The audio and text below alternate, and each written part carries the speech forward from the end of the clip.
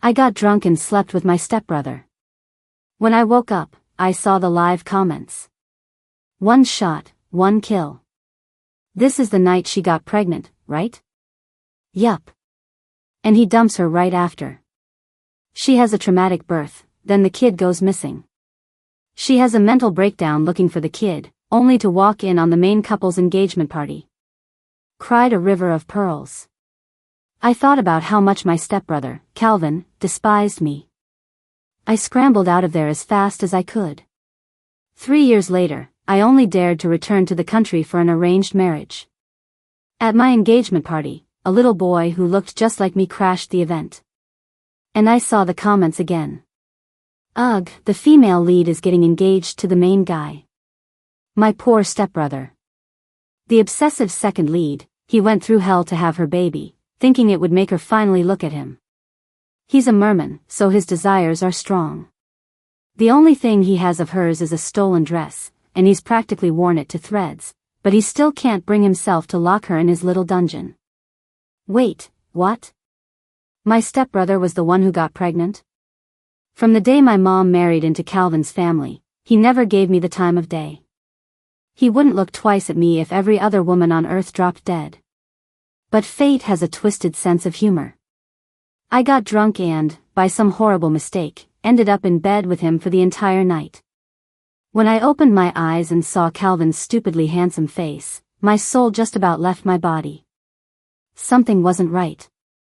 I looked again. He shifted, pulling me into his arms. His eyes were still closed, his voice thick with sleep. Babe, are you sure you want to move again? A surge of heat shot through my legs. I froze. His voice was hoarse as he held me tighter. Be good. Let's sleep a little longer. I'm so screwed. Somebody help me. Calvin was spoiled, arrogant, and hated my guts. He also had a fiancée. His life was on the perfect track. I couldn't handle the fallout from this. As my head was spinning, comments floated in the air. 1 shot, 1 kill. This is the night she got pregnant, right? Yup. Gets pregnant and immediately gets dumped. Traumatic birth, and then the kid disappears.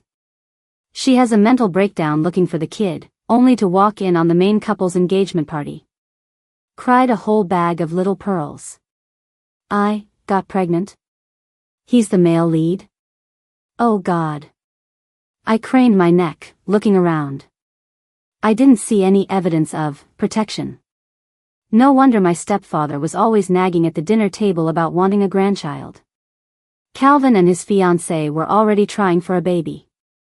So he didn't use a condom last night. Oh God, all those times. What do I do? I'm pregnant with my enemy's child. And I get dumped. And have a traumatic birth. Hell no. Forget it. The comments are bullshit. I control my own destiny. Calvin seemed to be in a deep sleep, completely relaxed and unaware. I quietly slipped out of bed. I packed my things in a flash and got a ticket out of the country. Good news. I spent 3 years abroad. No pregnancy, no baby. Bad news. My mom arranged a marriage for me. She'd give me $10 million if I signed the papers. Otherwise, she'd cut me off, and I could never come home. I chatted with my fiancé online for a while and met him a few times overseas. He was decent looking, a gentleman, and seemed really into me. We flew back home immediately to have our engagement party. The venue was all white, with balloons everywhere. Whose kid is that? Someone shouted. Why does he look so much like Sophie? I was the Sophie they were talking about. I was about to dismiss it as a baseless rumor when I looked down. A beautiful little boy was running towards me on his chubby little legs. I looked at him, and it was like looking in a mirror. He threw his arms around my leg. Mama, Hyo. The little rascal blinked his big, shiny eyes at me. Spreading lies. I'm not his mom. I never had a kid. But obviously, the resemblance was uncanny. The older relatives' faces turned dark. They all thought I'd been messing around abroad. Then I saw the comments again. Ugh, the female lead is getting engaged to the main guy. My poor stepbrother. The obsessive second lead, he went through hell to have her baby, thinking it would make her finally look at him. He's a merman, so his desires are strong. The only thing he has of hers is a stolen dress, and he's practically worn it to threads, but he still can't bring himself to lock her in his little dungeon. Huh. My stepbrother was the one who got pregnant? But Calvin is a guy. This has to be a side effect of reading too many web novels late at night, right? While I was lost in my thoughts, the adults were bickering. Suddenly, a familiar figure appeared, striding quickly through the venue, his steps a little unsteady. He scooped the little boy out of my arms. The kid knew how to be sweet. He snuggled into the man's neck obediently. His little voice was soft. Daddy, I'm sorry. I made you worry. That daddy sent a shockwave through the party. Calvin held him and apologized to the crowd. Yes, he's my son. I was still studying the boy's features. Calvin stood there quietly, his profile sharp and conveying a cold, distant feeling. He glanced at me, his eyes cool. He lowered his voice. Don't even think about it. He's not yours. I gave him a weak smile. I wasn't saying he was. The engagement ceremony continued. Calvin found a seat. A tall guy with a dark expression, holding a little boy. For some reason, he gave off major wronged wife vibes. My fiancé, Shawn, was about to put the ring on my finger. Calvin's icy gaze shot over. I'll bet you $5, the second that ring goes on, the second lead is gonna drop the act. We're talking kidnapping, imprisonment, the whole 9 yards. Whoa, the book said mermen have insane libidos. Is that for real? Totally real. Remember their first night? The bed broke. And even then, he couldn't bear to put her down. Carried her while they looked for another room. The second lead is a pro at checking the female lead's credentials. He'd know in a second if her degree was legit. The bed broke. That explains why the room was a total disaster when I went back to get my stuff that morning. But the comments were getting ridiculous. Everyone in the city knew Calvin couldn't stand me. And a merman. That's a whole different species. I looked away and held out my hand to Shawn. Put the ring on. Crash. Everyone turned in shock. Maybe the wind was too strong. One after another, the floral arches toppled over like dominoes, pulling the white canopy on the stage down with them. Quick, fix it. I went to help, and out of the corner of my eye, I saw Calvin's lips curl into a smug, gloating smirk. Before the venue was even fixed, someone screamed. Shawn. It's me or her. A barefoot girl rushed onto the stage, dodging security. She tackled my fiancé and started hitting him. You slept with me so many times. I had an abortion for you. You can't just walk away like this. The crowd gasped again. It was more dramatic than New Year's. The little boy took advantage of the chaos to hug my leg again, clinging on for dear life. In the confusion, bodyguards appeared and escorted us out. I was shoved into Calvin's car. In the car, we all just stared at each other. I decided to break the ice. Calvin. He was still wearing that cold, distant mask. Who are you calling that? Like I care. We sat in silence. The little boy wouldn't let go of me. Calvin shot him a look of bitter disappointment. Owen, get over here. The kid reluctantly crawled onto his lap, clearly intimidated. The car moved slowly, eventually stopping at the old family house. The familiar architecture, the bamboo grove, the Juliet roses, the overflowing flower garden. The air was fragrant. I couldn't help but ask. Does the baby look more like his dad or his mom? Calvin paused, his face cold as he mixed formula for the little one. Well, I'm heading upstairs. I offered a weak smile. It reminded me of high school. I actually used to have a crush on Calvin. I've always been drawn to strong people, and I was a late bloomer. When I finally started caring about my appearance, I realized I was skinny and awkward, with terrible posture. I was so self-conscious.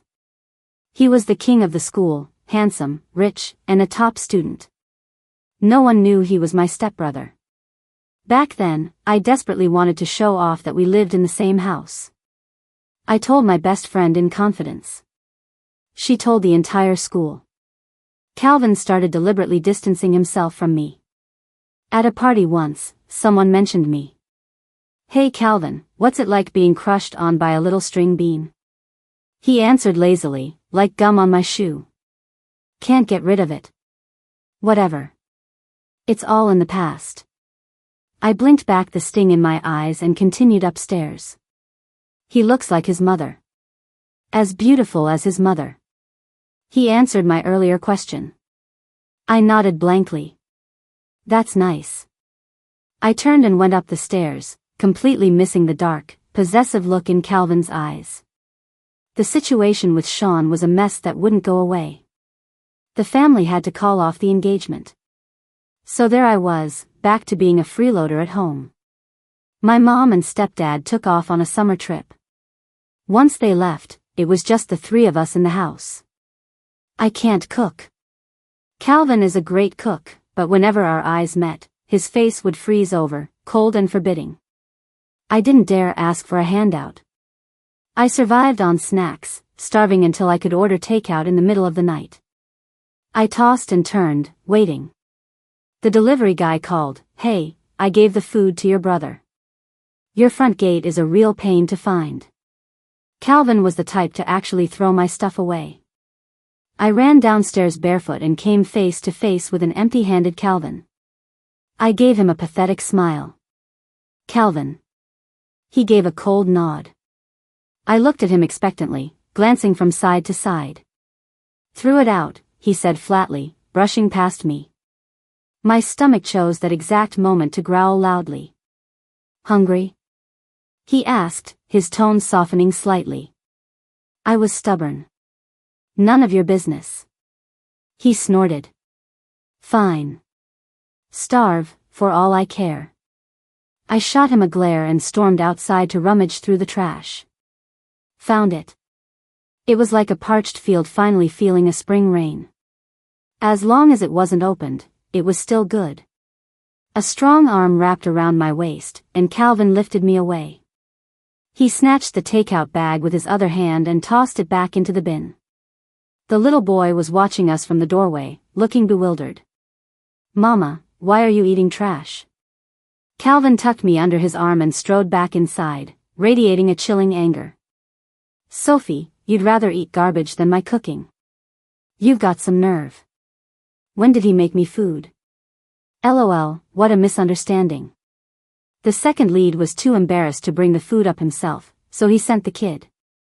But our girl had her headphones on, screaming at her enemies in a game, and the kid heard everything.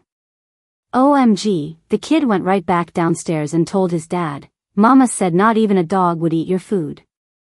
I was so into my game, I didn't even hear the little guy knock. Calvin hauled me back to the dining room. His brow was furrowed with anger, and he didn't say a word. The little boy and I sat across from each other, watching him bustle around the kitchen. "Daddy's cooking is really yummy." Even though he did blow up the kitchen once, the boy said, his face full of admiration as he watched me. "He's been learning every day. He said when you came back, Mama, you'd get to eat his delicious food." I glanced towards the kitchen. Even though Calvin had a scowl on his face, seeing him in an apron, broad shoulders, narrow waist, long legs, all focused and quiet, was surprisingly domestic. The next second, his cold gaze swept over us. "Owen, be quiet." I was scared of him too, so I shut up. The little boy leaned over the table and whispered, "Daddy says the way to a woman's heart is through her stomach." "Mama, your stomach is definitely going to be captured." I whispered back, "Sweetie, I'm not your mama." He stared at me with his big, grape-like eyes. "Daddy said my mama is the most beautiful woman in the world." I just thought it was you. Damn, kid, you're good. I pouted. Well, I guess I can fill in. He called out sweetly again. Beautiful mama.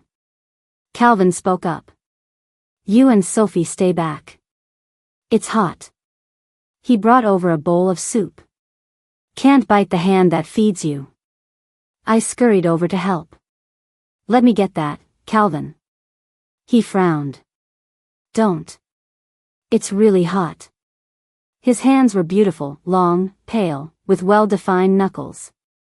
I couldn't resist touching them, my fingers brushing against his like a feather. I thought I heard a sound catch in his throat. When I looked up, the tips of his ears were flushed a deep red. Damn, second lead, you're so easy. Our girl's hand barely touches you and you're about to go into heat early? My man. Other guys do their laundry with a scowl, you cook with a scowl. Don't worry, he'll be doing laundry with a scowl soon enough. Oh no, his little Calvin must be in agony. He's definitely gonna find an excuse to leave. But he promised the little one he'd eat with us. Just as he sat down, Calvin shot back up. His messy hair looked soft and fluffy in the warm light, diluting his usual coldness. You keep Owen company. I'm going to water the flowers. But it just rained.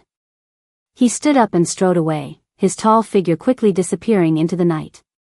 I ate with the little boy. He watched me like I was a starving monster. Mama, didn't you say not even a dog would eat Daddy's food? I almost choked.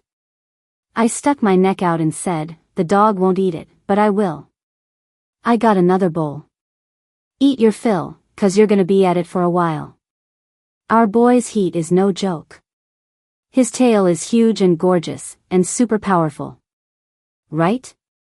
When he gave birth, he was being chased by a research vessel. He was pregnant, but one slap of his tail and the boat cracked in half. So our girl is in for it.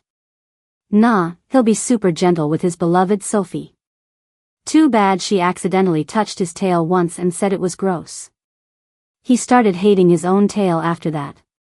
He's gentle, sure, but when he gets jealous, he only knows how to please, not how to stop. And that in human size, huh? How did you guys see that? Turn up the brightness. The screen was blacked out, but the system glitched for a frame, hee hee. Same here. The second lead is seriously gifted. It's insane. Oh my god, can Sophie's stomach even? I blinked, show the shape. What is this nonsense? Have they ever taken a biology class?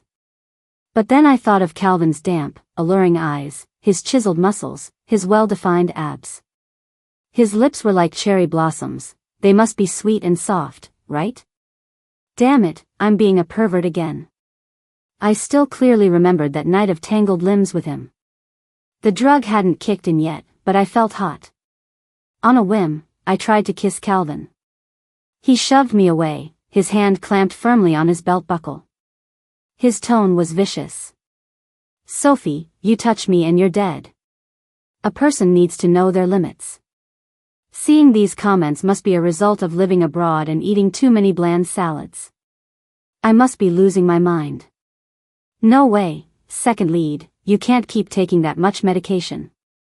Your body was already wrecked from giving birth. Yeah, popping those pills like candy to suppress your heat, at this rate, Owen's gonna lose his dad by the time he's 4. It's so sad. Sigh, well, this is a groveling for forgiveness story. She's destined to end up in a toxic romance with that other jerk. Oh my god, he's swallowing entire bottles of pills. Stop. Sigh, too bad our girl will never know what he did for her. When she was broke abroad, he found all sorts of excuses to send her money. When she was lonely, he dressed up as a giant mascot to cheer her up. That big teddy bear mascot was him. The mascot that always appeared whenever I felt like my life was at rock bottom. That was Calvin. By the way, our girl is obsessed with money, right? If she just kissed his tail, he'd get so worked up he wouldn't be able to change back for 3 days.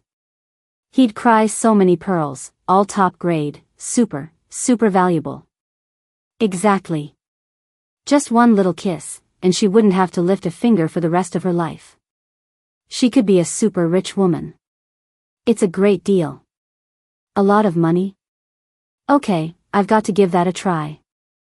Just one kiss on his tail. It's a sure thing. I put Owen to bed and, following the comments' directions, went to the pool behind the garden. The night was quiet. The chat was screaming. Damn, he's already on his second bottle of suppressants. Dude, do you have a death wish? I picked up my pace. Rounding the garden, the first thing I saw was the shimmering moonlight on the water. The next thing I saw was a tail so beautiful no treasure could compare. It glittered in the moonlight, its gentle movement sending ripples across the pool. Looking closer, I saw Calvin, shirtless, leaning against the edge of the pool. His back was broad and straight, shrouded in a light mist. He didn't see me. As I walked closer, he suddenly clutched his stomach. One hand braced against the edge, the other pressed hard against his abdomen. His tail thrashed in agony, sending violent waves across the water. Calvin. I ran over and saw several empty pill bottles scattered on the ground. He had another handful, about to shove them in his mouth. I lunged forward and snatched the pills from his hand. Calvin hadn't expected me. He froze for a moment, as if in a daze. It wasn't until he saw me take the pills that his face flushed red and white. He didn't know what part of himself to cover first. When he saw my eyes land on his tail, panic filled his face.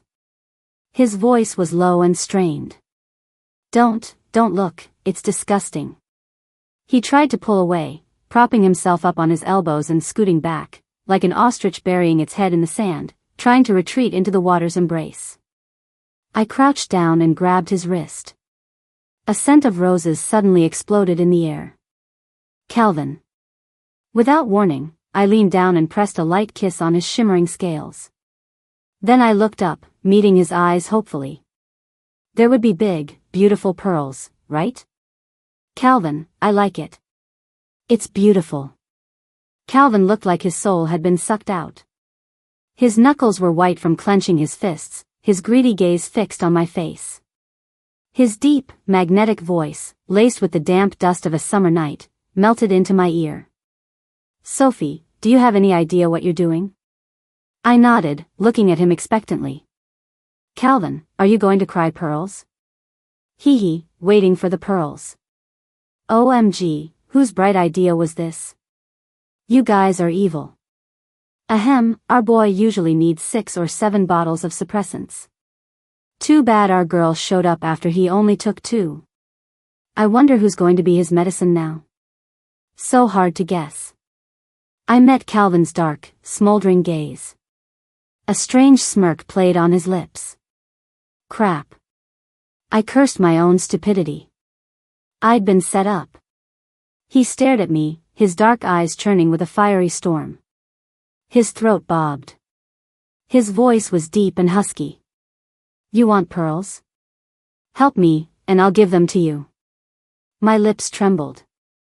Calvin, how do I help? The words had barely left my mouth when a strong arm pulled me into the water, pinning me against the pool wall. The water rippled with excitement.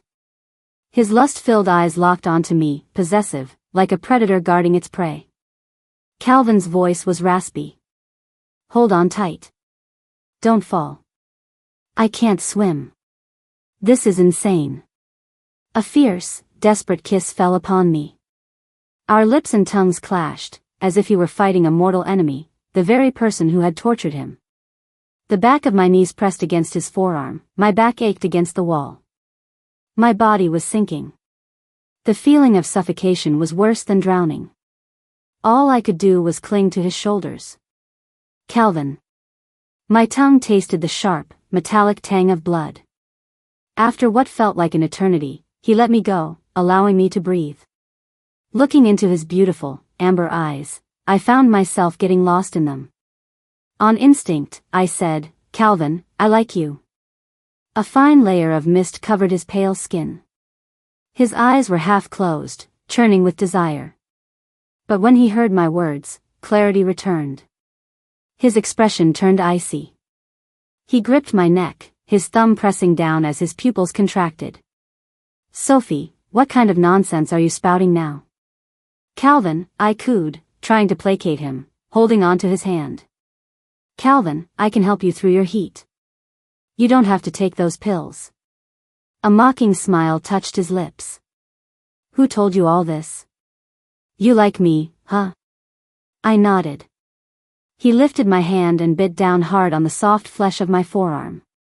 A sharp pain shot through me. I thought he was going to tear a chunk of flesh out. My eyelashes grew heavy with tears. "Calvin, let me go." He smirked faintly. "And now? Still like me?" I nodded instinctively. He raised his hand again, his grip tightening on my neck. The feeling of suffocation returned. Meeting the cold mockery in his eyes, I frantically shook my head. He placed a hand on my waist and lifted me onto the edge of the pool. "I don't need your cheap, pathetic affection. Get out." His face was a cold mask as he turned and dove into the deep water. My heart felt like it had been doused in sour juice. The comments were gone. I didn't get it. Weren't the comments saying he liked me too? But thinking back, this was just like Calvin. Unpredictable. Sometimes gentle, sometimes cruel. The air felt cool. I wiped my eyes and tried to tell myself not to let him get to me anymore. Like is like, hate is hate. Why did I ever trust those stupid comments? He'd been like this since we were teens. He hadn't changed. He could be friendly to anyone. But with me, it was always hostility and sarcasm. Every time I thought I saw a flicker of tenderness in his eyes, I'd get bold and try to please him, hoping he'd be a little nicer to me. But the moment his eyes met mine, his gaze would turn to ice. Like I was some kind of monster, unworthy of his kindness. Whatever. I'll just assume any tenderness I saw in his eyes was my own delusion. After walking a few steps, I realized the silk scarf I'd tied in my hair was gone. It was the only birthday present my mom ever gave me. I looked back the way I came. Gritting my teeth, I turned around. It wasn't the first time he'd yelled at me. One more time wouldn't kill me. But as I rounded the corner, I heard his cool, magnetic voice call out my name.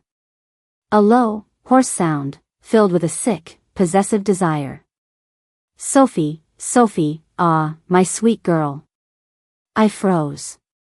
From a distance, I caught a glimpse of Calvin's other, fractured self. He repeated my name over and over. His handsome face was twisted with a sick, frenzied expression. As if my name was a shackle, a curse, trapping him between life and death. I watched this scene with a mixture of confusion and cold detachment. The water's surface trembled with high-frequency ripples. "Sophie, Sophie." On the verge of collapse, his voice grew thick with tears. His tail shot high into the air. The water sprayed like fireworks, repeatedly smacked by his tail. "Sophie, help me." He threw his long neck back, his eyes deep and bloodthirsty. A willing sacrifice, embracing death. I smirked. I saw the last tremor of his tail. Calvin climbed onto the pool edge, crawled a few steps, and collapsed from exhaustion. His seaweed-like black hair hid the side of his face. I couldn't read his expression. The silk scarf I'd accidentally left behind was clutched tightly in his hand. Pressed against his heart. Then came the uncontrollable shivering, his shoulders shaking as he murmured my name. Damn, why'd the screen go black as soon as she left? Bro, your mouth is so stubborn. The sky could fall and your lips would hold it up. You couldn't wait a single second, could you? Our girl barely dropped the scarf and bam, screen goes black. The scent must be strong, getting you even more worked up. Second lead, what can I say? When our girl runs off with the main guy, it's mostly your fault. You won't talk, you won't admit you're wrong, you just overthink everything. Pure self-sabotage. The main guy gets all the credit. Sigh, after everything he's been through, it's no wonder he grew into a gloomy, obsessive little mushroom. But damn, I still ship him and the female lead more. I'm also the type to solve problems by running away. Living in a daze, just going through the motions. Because I've never been chosen with certainty by anyone. But now, everything was different. I didn't take the scarf back. The next morning, I made formula for Owen. At the breakfast table, he tried to act calm while eating the sandwich I made. Is it bad? He was much better at sweet talking than Calvin. Mama, this is the first time I'm eating your cooking. I just need to get used to it. He looked up at me with a soft, sincere smile. Mama, you work too hard. I'm already learning how to cook. When I'm a little bigger and can use the kitchen, I'll cook for you. I smiled at him. You don't want to eat Mama's cooking for a few more days? His lips trembled almost imperceptibly. He discreetly covered his mouth with his little hand and picked out a piece of eggshell. Mama, Daddy, and I will handle it. Daddy says he had me so there would be one more person in the world to take care of you. I rested my chin on my hand. The more I looked at Owen, the more I liked him. Owen. His name meant thinking of Sophie. Owen was more mature than other kids his age. Probably because he was a mix of human and merman. He had an air of a little old man. But he was only 2. He was too smart. Takes after me. After he finished eating, he quietly helped me clear the dishes. Owen. He looked up. What is it, Mama? Did your daddy ever tell you who your real mom is? His eyes flickered. No. Mama left right after I was born. Father and son, one a better actor than the other. I let out a knowing oh. Your mom gave birth to you? He thought I didn't know anything. Of course. All human babies come from their mama's tummy. Okay. I remembered seeing Calvin's fiancée at the dinner table a few years ago. I was curious if they were still together. I scrolled through my phone for a while. I walked over to him and showed him a family photo. Owen, is your daddy still in touch with this lady? He was busy building with Legos. He looked where I was pointing, and his face instantly darkened. His pupils contracted. Crash. In his haste to back away, he knocked over his Lego tower, and it shattered on the tile floor. Bad person. I quickly put my phone away, leaned in, and picked him up to comfort him. In my arms, he showed a rare moment of vulnerability. Like any other little kid, he buried his face in my embrace and whispered, Mama. Shoo, I'm here. The face of the beautiful woman in the photo flashed in my mind. A few years ago, she came to the family home for dinner. The atmosphere was incredibly tense. At the time, I was too busy being sad about Calvin marrying someone else to notice anything was wrong. But seeing Owen's reaction today, it seemed things were more complicated than I thought. That evening, I went back to the pool. The comments were right. Calvin's excitement had prolonged his heat. Usually, he could get it under control in a day. Calvin had just finished. He had a strange, languid air about him. His chest rose and fell gently, and his brown eyes had a bewitching beauty. When he saw me, his face soured again, and he coldly told me to leave. What are you doing here again? Get out. I looked down and saw his tightly clenched fist. My poor scarf was probably balled up in his hand. I no longer felt the same fear of him. I plopped down on the edge of the pool. He frowned, about to snap at me, but I just dangled my feet, kicking up ripples in the water. Calvin, I want to fuck you. He, who was always so cool and aloof, nearly choked when he heard my crude words. His eyes were full of confused disbelief. Sophie, do you have the guts to say that again? I turned and lunged forward, planting a firm kiss on his lips. They were sweet and soft. Calvin's lips. I licked my own lips, savoring the taste. I want to get on top of you. Did you hear me, Calvin? His handsome face contorted into a colorful mess of shock. His lips trembled, and he nearly ground his teeth to dust. The world's really gone crazy. After all, in his memory, I was so scared of him I couldn't even make eye contact for 3 seconds without chickening out. A moment later, I moved closer to him again. He actually leaned back instinctively, as if afraid I'd assault him. A fierce look sparked in his dark eyes. You touch me, and you're finished, Sophie. You better not have any ideas about my body. My gaze was so blatant, he could tell I was fascinated by his physique. I suspect in his mind, he just saw me as a slutty, predatory wolf. I pouted. So, are you going to let me or not? I want to have little fish with you. He sank a little deeper into the water. In your dreams. Who said anything about having little fish with you? I said, Owen. You already gave me one. His eyes flickered. Who told you that? Wishful thinking. I shrugged. If you say so. I picked up the glass of milk I'd left on the side. Have some. The sandwiches are here too. It's all I know how to make. He turned his face away. Not hungry. I took a sip myself. Suit yourself. No one's going to like you with that attitude. Humph. I put the glass down and stormed off. 2 minutes later, I went back. The milk in the glass was gone. My lipstick print on the rim was almost completely faded. Calvin fought to suppress a wave of panic, his thin, rosy lips pressed into a firm line. You're like a ghost. I looked down at him. His long lashes cast a beautiful shadow on his cheeks. He didn't dare look at me, trying to scare me off with his usual cold, unapproachable mask. But I knew his true feelings now. I could use any trick in the book. Calvin, I drugged you. I lifted my foot and gently pressed the tip of my toe against his stomach. He threw his head back, an involuntary, sharp moan escaping his lips. Ah! In an instant, the blush on his ears deepened. He stared at me, his eyes like a deep pool, threatening to pull me in, to wrap me in layers of darkness. You're really not afraid of dying. He growled through clenched teeth. As I pulled my foot back, I stumbled and pressed down harder. Suddenly, his massive tail slammed uncontrollably against the pool wall. Crack. I saw several cracks spiderweb across the blue tiles. Crap. I met his gaze, his eyes veiled in a thin mist.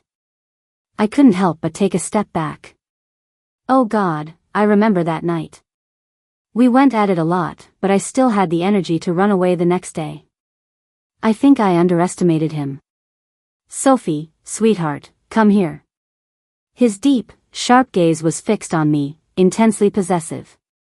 He looked like a predator who had just spotted delicious prey, his expression dark and determined. I wanted to run. Calvin, I was wrong, A mocking, teasing, and malicious smirk played on his lips. He reached out, his large hand grabbing my ankle, and dragged me into the water. His tail was quite long. It wasn't flat like a fish's tail on a cutting board. It was more flexible, almost like a snake's tail. But there was a very clear taper from his waist to the tip. He could bend it, using the fin to support me so I wouldn't sink. I panicked and begged for mercy. I didn't drug you, I swear, I was lying, Calvin. I fought him for the scarce air in my mouth. I always lost. My head was foggy. Just as I was about to see the light, he finally released me, letting me gasp for air. He seemed to have made up his mind. He looked lazy, his eyes half closed in a playful smirk. I know, baby. He lifted his hand, his long fingers exploring my mouth, pressing against my tongue. The cool touch, the arousing movements. It made me press back against him.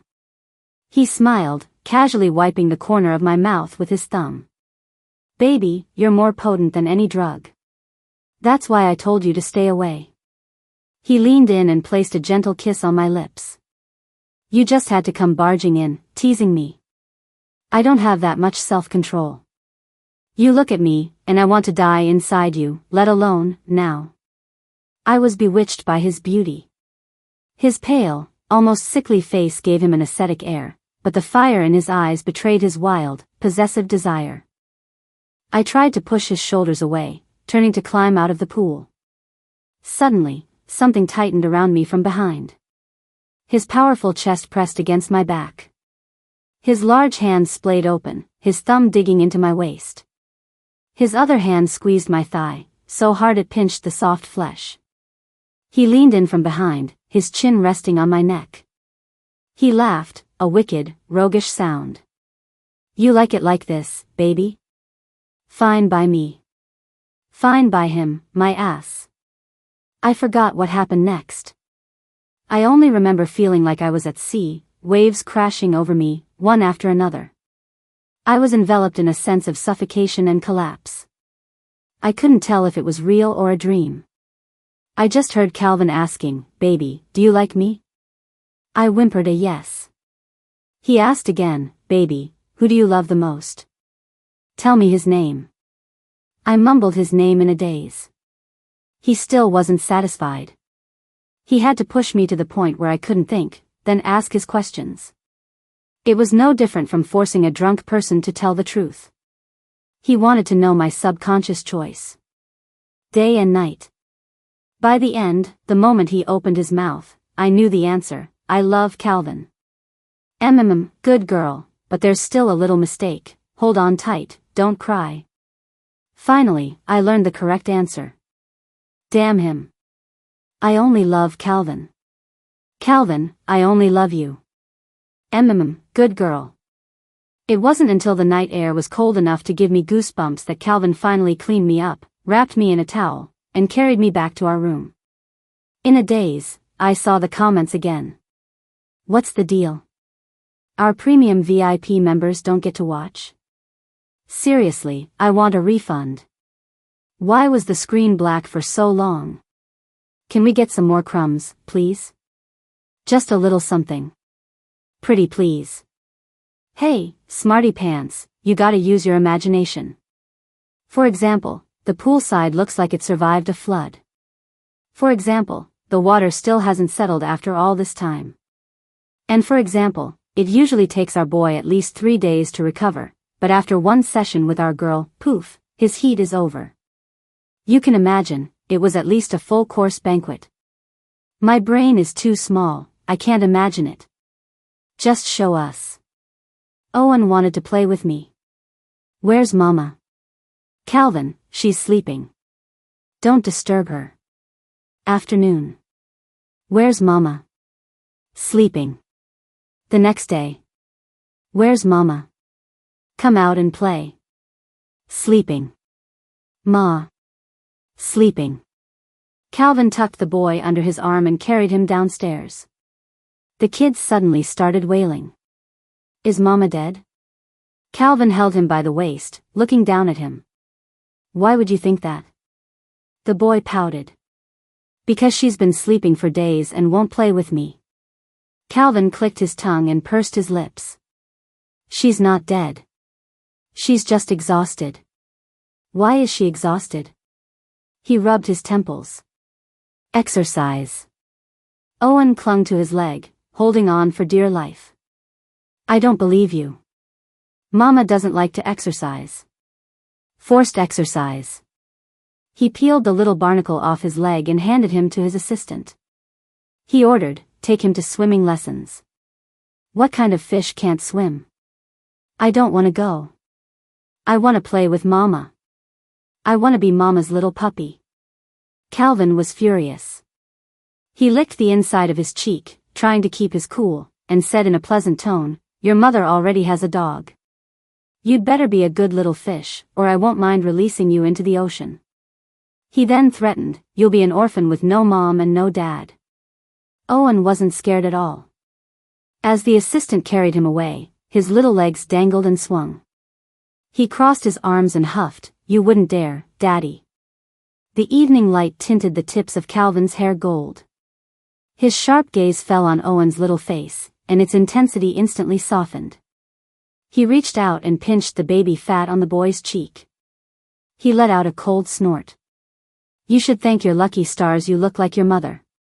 Actually, he thought, the resemblance was just a bonus. Even if he didn't look like her, as long as her blood ran through his veins, he would raise him well. He pulled his hand back and told them to take the boy away. Wait a minute. Owen had the assistant put him down.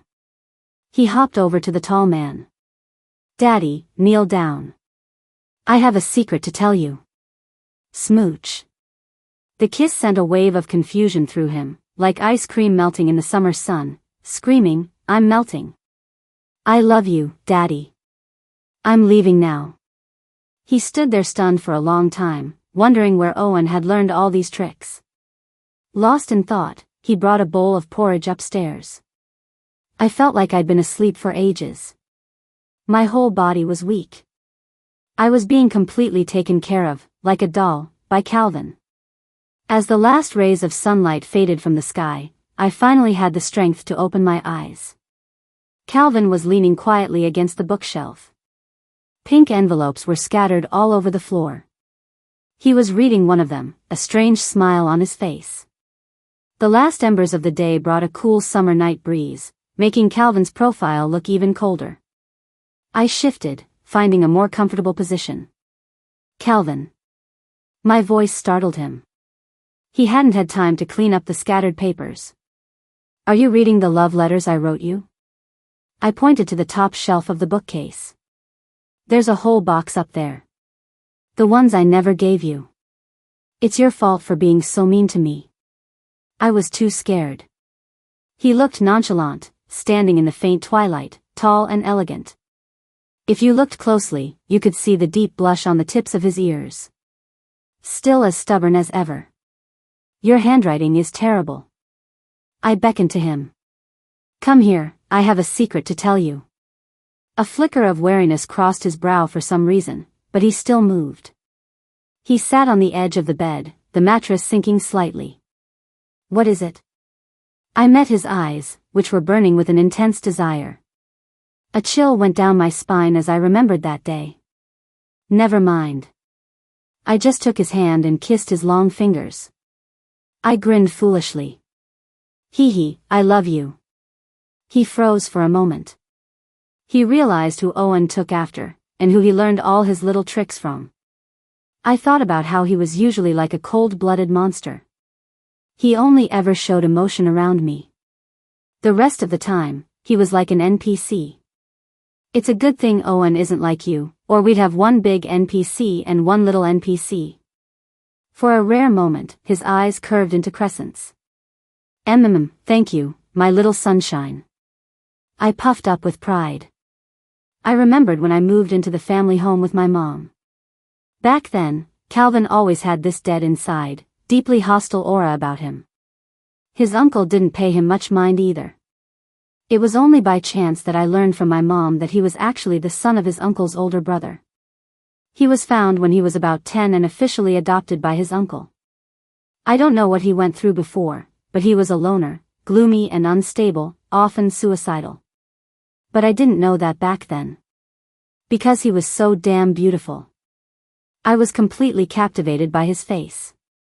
I spent my days acting like gum on his shoe, showering him with attention, relentlessly pursuing him.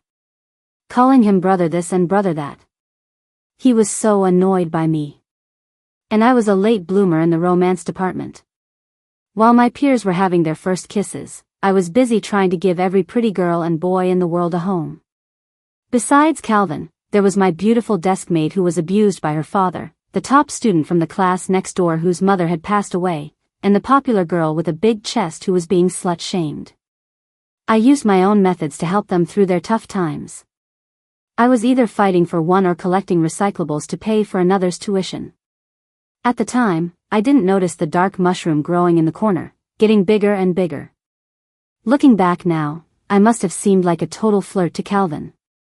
No wonder, at the graduation party, I had my arm around my beautiful desk mate, was clinking glasses with the poor student, and was complimenting the popular girl. I want to bury my face in there, you smell so good. She took me seriously.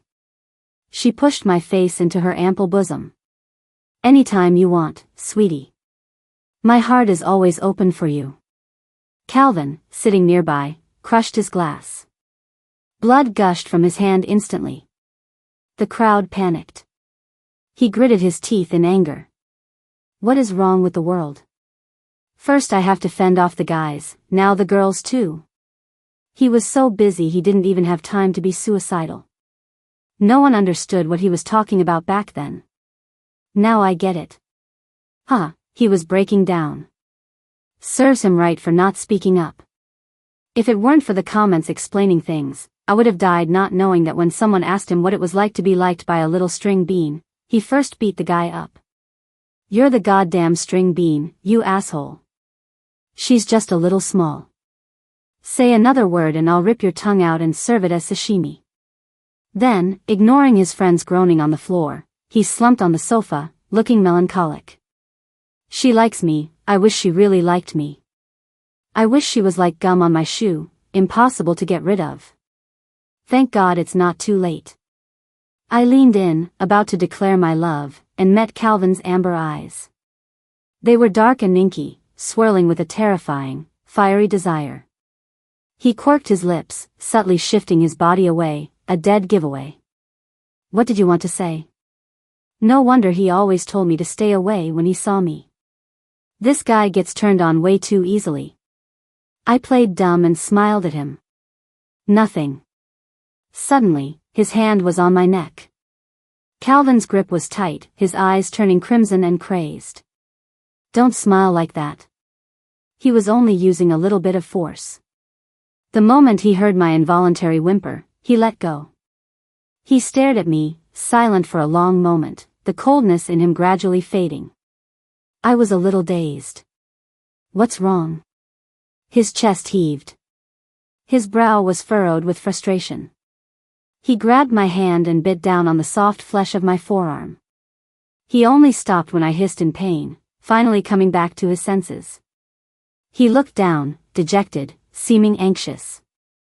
I don't know why I do this, I'm sorry, I don't know. The comments came to the rescue. Is this cute aggression? Totally. Our boy always looks so cold when he sees her, pushing her away on purpose. If he didn't control himself, he might go full beast mode. LOL, that's one way to put it. What's cute aggression?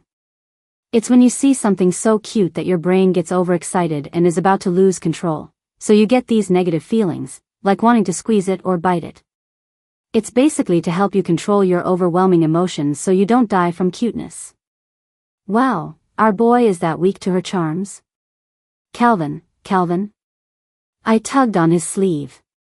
I'm hungry. This is too dangerous. I should send him away. This is so sweet I'm gonna pass out. Just do it already. Brother this and brother that, but she doesn't care if her brother gets a hard-on. My campaign slogan is pro-women. She's the B, he's the AE, together they're Hebei. Calvin's eyes were already glazed over. He braced his hands on either side of me, the mattress sinking. Baby, what do you want to eat?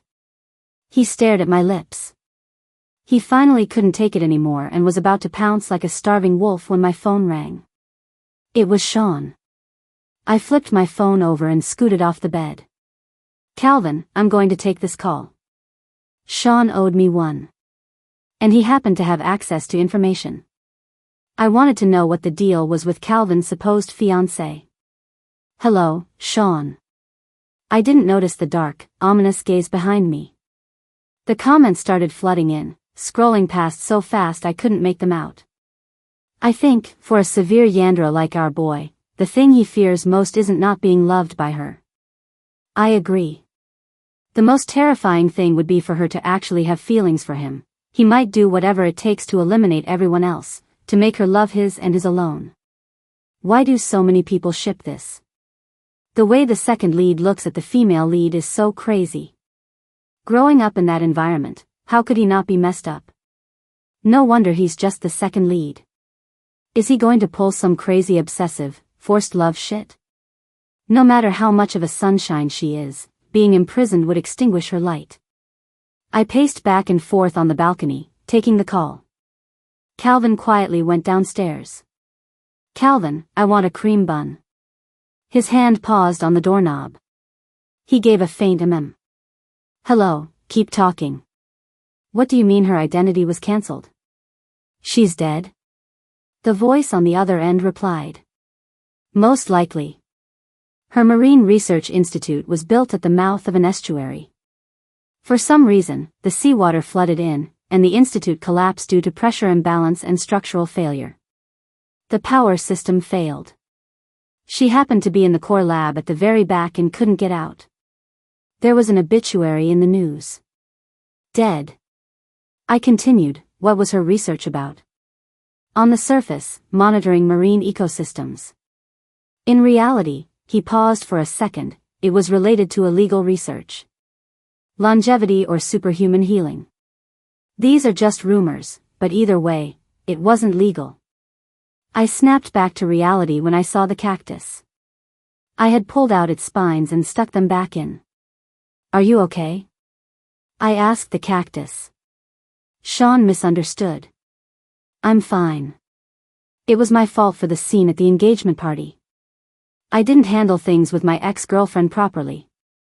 But we've cleared things up these past few days. Sophie, are you free this weekend? The main guy seems pretty normal. I ship it. Ship what? This is a groveling for forgiveness story. The main guy couldn't break it off with his ex and then got engaged to our girl. The ex is a total snake, loves stirring up drama between women. The second she saw him getting married, she suddenly wanted him back and tried her best to get him to cheat. Like stealing someone else's husband is some kind of trophy. Huh, exactly. The main guy is so arrogant and clueless. If you can't be faithful, don't get married. And he believes outsiders over his own wife. Only regrets it after she's dead. If it wasn't for our merman deliberately provoking the ex, making her cause a scene at the engagement party and show her true colors so Shawn would get sick of her early, hey, it feels like the plot is changing a bit. Shawn called my name again. Sophie, can I pick you up this weekend? I gave a weak laugh. I can't, I have to spend time with my kid. Your kid? I mumbled, the kid from the engagement party. The one who's my spitting image. He's actually mine. There was a long silence on the other end. Then he said, can you ask him what he likes? I'll get him a gift. What a weirdo. So creepy. I made up an excuse and hung up. Ever since we cleared the air, Calvin and I have been getting along great. Except for that psycho, Shawn. He just won't go away. I told him I was with Calvin. He said we had ethical issues. First, we're not blood related. Second, we're not on the same family registration. When that didn't work, he started digging up dirt on Calvin. He came back to warn me. He's not human, you know that? I know. So? Do you know why that research institute collapsed? Mermen are incredibly strong. He went berserk trying to escape, smashed the load-bearing columns, and twisted the high-pressure pipe valves. He could crush a person with ease. I thought about it. And that's your business, how? He gritted his teeth. You're a lost cause. I'm trying to help you. Get lost. Don't come to my house again, or you'll regret it. Son of a bitch. He drove over again in the afternoon. Thankfully, Calvin was out. I lowered my voice. You need to get out of here, now. He could kill you with one slap of his tail. He was holding a box from my favorite bakery. The fiancé you had me look into, on the surface, she was a socialite who used her family's influence to force an engagement with Calvin. In reality, she ran an illegal research facility. 3 years ago, Calvin suddenly disappeared. Don't you think those two things are connected? Calvin must have been taken to that lab. I raised an eyebrow. What's your point? He was subjected to illegal experiments. He's a monster. Are you really okay living with a monster? I took a deep breath.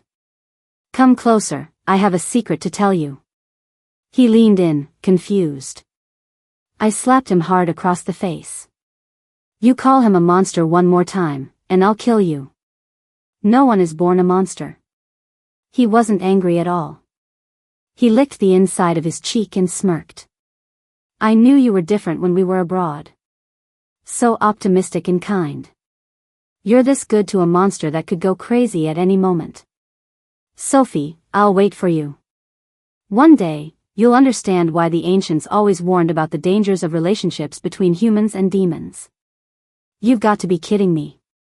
You sound like the kind of person whose mom didn't carry them to the hospital in the rain when they had a fever as a kid.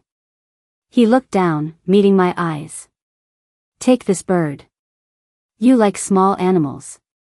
Ugh, back when he hadn't shown his true colors, I told him I wanted a bird. Otherwise, I'll have to give it to my cousin. He had told me his cousin was the type to abuse small animals. I gritted my teeth and took it. Get out. He adjusted the collar of his white shirt, looking all prim and proper.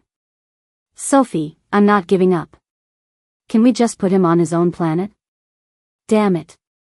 I'm going to hire a van full of people to take care of him one of these days. That night, when Calvin saw the bird, he let out a quiet, cold snort. A canary? His burning gaze was glued to me. I was a little surprised. This is a canary? It looked so red, I thought it was a little red bird. It looked a little lethargic. I put some millet in my palm to feed it. Here you go, little one. Eat up. A cold smile touched his thin lips. You like it that much? I nodded. I like animals. His eyes were colder than the night wind. He squeezed out a few words through his teeth. Do you like birds or people more? I like both birds and people. He clenched his fists silently. Humph. He muttered under his breath, then I'll kill. I cut him off. Calvin, what do you want for your birthday? My birthday is the same day as his. Ever since I came to the family, we've always celebrated together. Back then, my mom didn't care about me. She was a hopeless romantic when she was young and followed my dad. When she got pregnant, he dropped the act. He abused her, which caused me to be born prematurely. Before she was even out of her postpartum confinement, he hit her again, and she had to have her uterus removed. The worst part was, I looked just like my dad. My mom felt sick just looking at me. I feel like, given the circumstances, should be grateful she didn't just drown me. Celebrating my birthday was out of the question. But I was vain and greedy as a kid. When I really wanted it, I would just stick to Calvin. His rich friends would throw parties with so much leftover cake. I would sneak some to take home. He caught me once. I looked up, and he was holding a big, beautiful new cake. He said coldly, "It's my birthday today. I don't like sweets." I was shameless, and I sidled up to him like a little sycophant. Calvin, it's my birthday today too. What a coincidence. Can I celebrate with you? No. I just kept clinging to him, rubbing against him like a dog, hugging his leg and not letting go. Calvin, please. He was annoyed by me anyway. After a little while, his ears would turn red with anger, he'd curse at me, and then he'd give in. After that, it became an unspoken tradition for us to share a cake every year. This year was the same. Calvin, have you decided on a present? I waved my hand in front of his dazed eyes. His gaze fell on me. He smiled faintly. I have. His warm fingertips brushed lightly against my lips, caressing them gently. Baby, did Shawn come over today? He was checking the security cameras again. But I get it. He's insecure. I nodded. I didn't let him in. You don't like him? He just smiled. You should have a normal social life, shouldn't you? Being part of society means interacting with people. Men and women, temptations everywhere. But as long as you keep your distance, I can accept it, I can accept it. Even though his words sounded a little strange, I still nodded. I stood on my tiptoes and kissed his chin. Good night, Calvin. Good night. He stood in the living room for a long time, letting the wind swirl around him. On our birthday, Owen and I spent the whole day having a blast at the amusement park. He was exhausted by evening. I put him to bed. Calvin cooked a feast, turned off the lights, and lit the candles on the cake. I had a glass of wine and closed my eyes to make a wish. Calvin, it's your turn. Then we can blow out the candles together. He didn't close his eyes. His almost demonic face was half lit by the flames, half hidden in the darkness. He looked at me, a deep, intense amusement in his eyes. My wish is. I blinked. My vision was a little blurry. That my sweet girl will be mine forever. I collapsed onto the table. Mine and mine alone. The chat exploded. I knew it. He couldn't hold back. Expecting a severe Yandere to be understanding is the joke of the year. This guy is literally writing in his journal, she needs a normal social life, it's fine as long as she loves me most. And then furiously scribbling it all out and writing in huge letters, no, it's not, she's mine. OMG, is he that crazy? You guys didn't see the part about his childhood? No, spill. His dad, the eldest son of family, was an autistic research genius.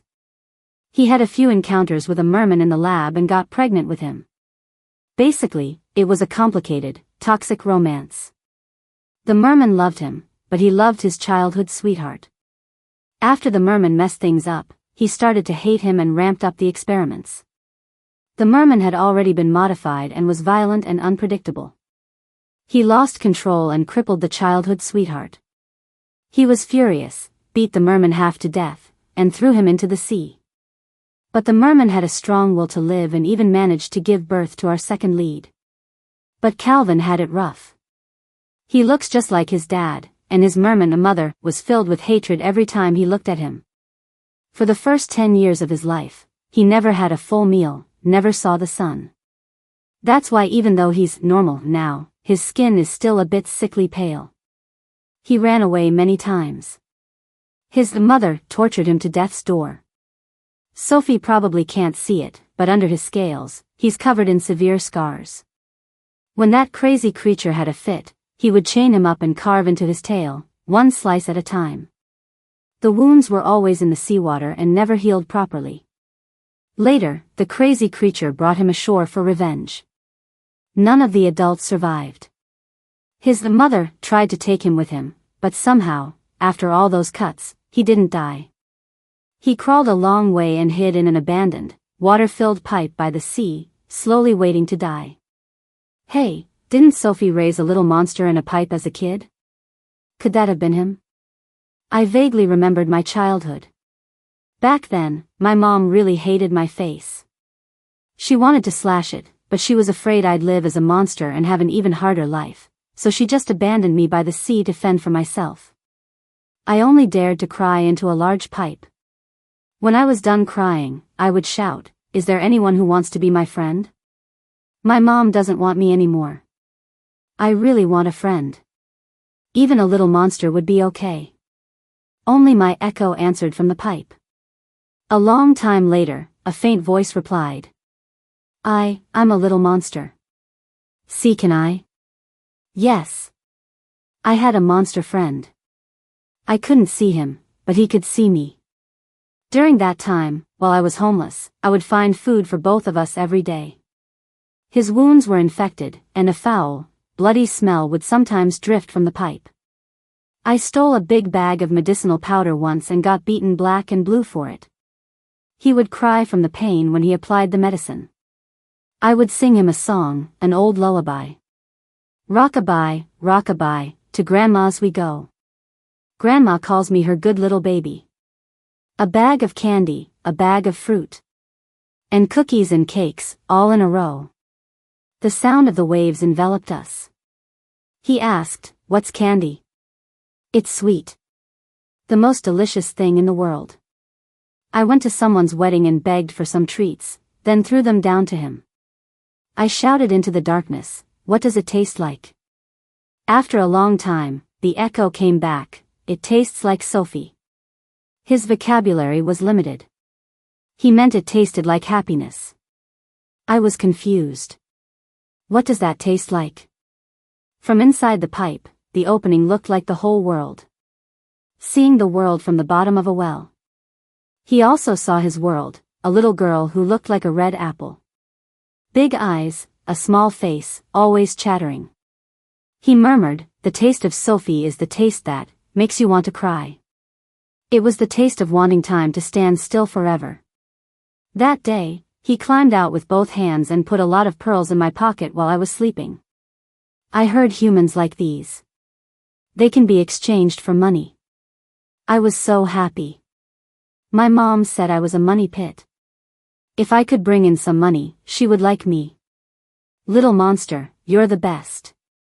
You're my best friend." I told him to wait for me. "When I trade the pearls for money, I'll buy you lots of sweet things, and I'll take you out to play." A long time later, a faint voice echoed from the pipe, layered and distant. Firm and full of longing. "Okay, I'll wait for you forever." But I never went back. My mom thought I had stolen the high-quality pearls from somewhere. She exchanged them for money, but she was afraid of getting caught, so she grabbed me and we left the city that night. It wasn't until years later that I followed her into the Calvin's family home. I tried to win him over, giving him my favorite candy. He looked at me with a cold, condescending glance. "I don't like sweets. I really don't." I timidly pulled my hand back. A flicker of regret crossed his brow. "Sometimes I do." So, we had met a long, long time ago. It was fate. When I woke up, Calvin was standing by the bed like a handsome angel of death. A thick chain was wrapped around his wrist. "Calvin, I'm sorry."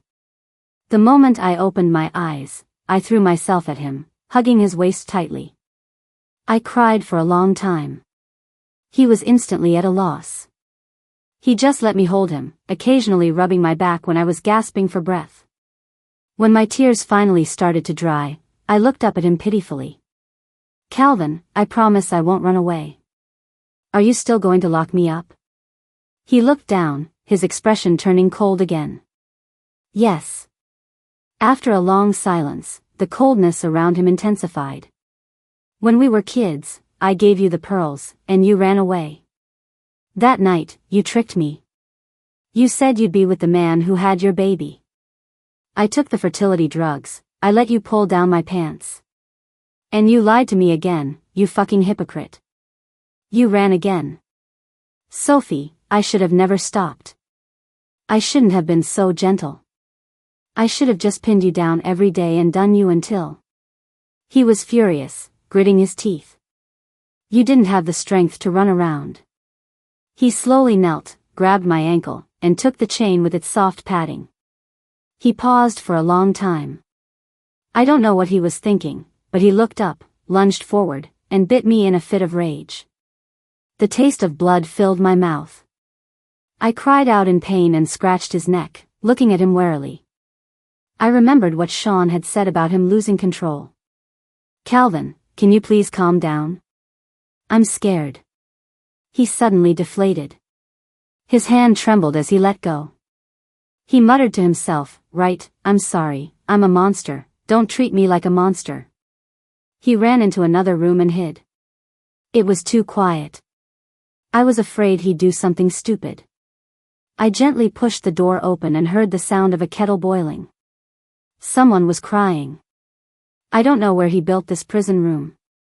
The view from the window was unfamiliar, with the scent of grass and trees in the air. The moonlight cast a veil over him, half light, half shadow. I crouched down. "Calvin, I trust you not to hurt me. And I will never leave you." He was curled up like a mushroom, shrinking into the corner. I was going to go back when we were kids. My mom accused me of stealing, but she wanted the money. She was afraid of getting caught, so she forced me to leave. I ran away later and went back, but the pipe had been demolished. I never wanted to abandon you. A few years ago, I was drugged. I woke up and didn't remember anything. I thought you had a fiancé and that you hated me. I got scared and ran away. He cut me off. I didn't have a fiancé. She took me too. It's all in the past. He pressed his lips together and didn't continue. I knew. That woman had used Owen to threaten him, to force him to comply. I had seen the few video clips that were saved. It was a sea of red. My heart ached. Don't carry it all alone, okay? I really, really rely on you. Calvin, I love you the most. I only love you. Okay? There was a long silence.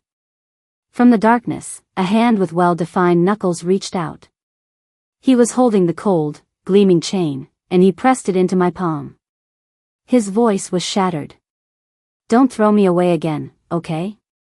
I threw myself at him and kissed him. Okay, okay. When we stepped into the light, I realized he had locked himself up. I won't lose control and hurt you.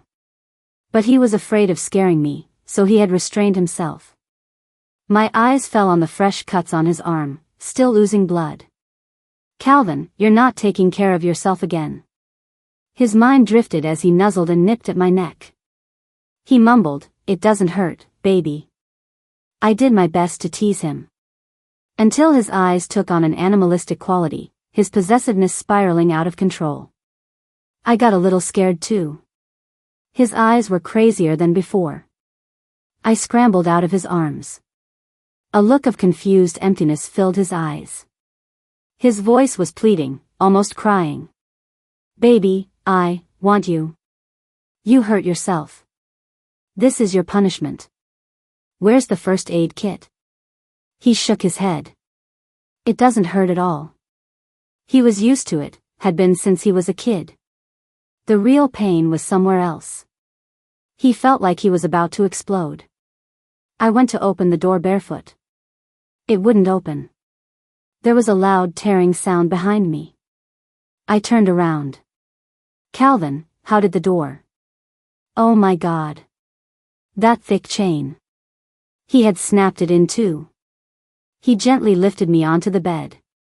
A shower of kisses rained down on me. Is there something my VIP membership doesn't cover? This is so rude, author. Resistance is futile. Surrender is sweet. Hey, I think there was a bug. I heard a few lines of audio. Calvin, don't cry there, the pearls can't fall there, ah. My ship has sailed. I'm going to be nice to everyone. This is so sweet I'm going to faint. See you all in the next book.